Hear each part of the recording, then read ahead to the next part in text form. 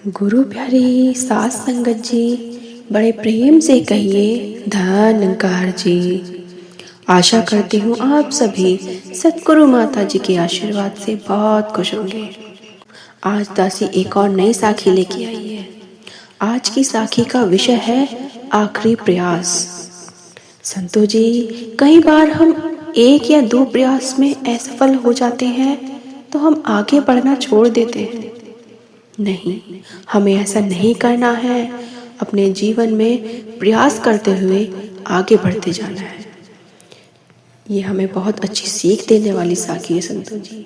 तो चलिए आज की साखी का आनंद लेते हैं। एक समय की बात है, एक राज्य में एक प्रतापी राजा राज करता था।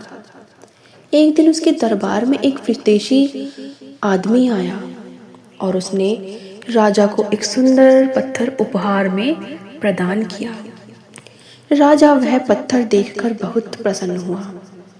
उसने उस पत्थर से भगवान विष्णु की प्रतिमा का निर्माण कर उसे राज्य के मंदिर में स्थापित करने का निर्णय दिया और प्रतिमा निर्माण का कार्य राज्य के महामंत्री को सौंप दिया। महामंत्री गांव के सर्वश्रेष्ठ मूर्तिकार के पास गए और उसे वह पत्थर देते हुए बोले, महाराज, मंदिर में भगवान विष्णु की प्रतिमा स्थापित करना चाहते हैं। 7 दिनों के भीतर इस पत्थर से भगवान विष्णु की मूर्ति आपको तैयार करनी है और राजमहल पहुंचा देनी है। इसके लिए तुम्हें 50 स्वर्ण मुद्राएं दी जाएंगी। संतो जी, 50 स्वर्ण मुद्राओं की बात सुनकर मूर्तिकार खुश हो गया और महामंत्री के जाने के उपरांत प्रतिमा का निर्माण कार्य प्रारंभ करने के उद्देश्य से अपने औजार निकाल लाए। अपने औजारों में से उसने एक हथौड़ा लिया और पत्थर तोड़ने के लिए उस पर हथौड़े से वार करने लगा, किंतु पत्थर जैसा था वैसा का वैसा ही रहा। मूर्तिकार ने हथौड़ों के कई वार किए पत्थर पर, किंतु वह पत्थर नहीं टूट पाया, बिल्कुल भी नहीं टूट पाया। 50 बार प्रयास करने के उपरांत मूर्तिकार ने अंतिम बार प्रयास करने के उद्देश्य से हथौड़ा उठाया, किंतु यह सोचकर हथौड़े पर प्रहार करने से पूर्व ही उसने हाथ खींच लिया और सोचने लगा, कहने लगा कि जब 50 बार प्रहार करने से ही यह पत्थर नहीं टूटा तो अब कैसे टूटेगा।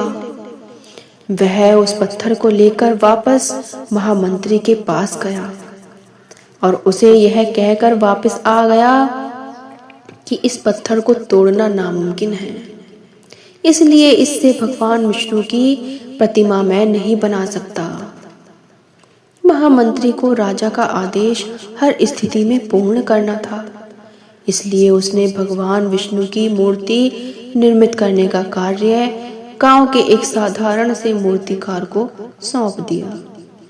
पत्थर लेकर मूर्तिकार ने महामंत्री के सामने ही उस पर हथौड़े से प्रहार किया और वह पत्थर एक बार में ही टूट गया।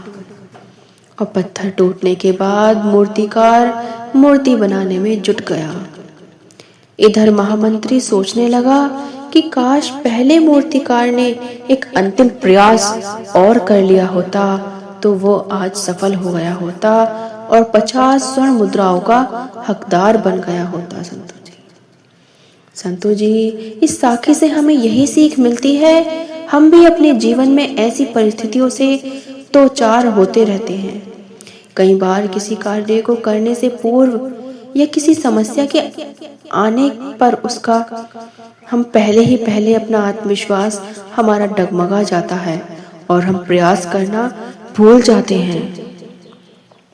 कई बार हम 1 या 2 प्रयास में असफल होने पर प्रयास करना छोड़ देते हैं, जबकि हो सकता है कि कुछ प्रयास और करने पर कार्य पूर्ण हो जाता या समस्या का समाधान हो जाता।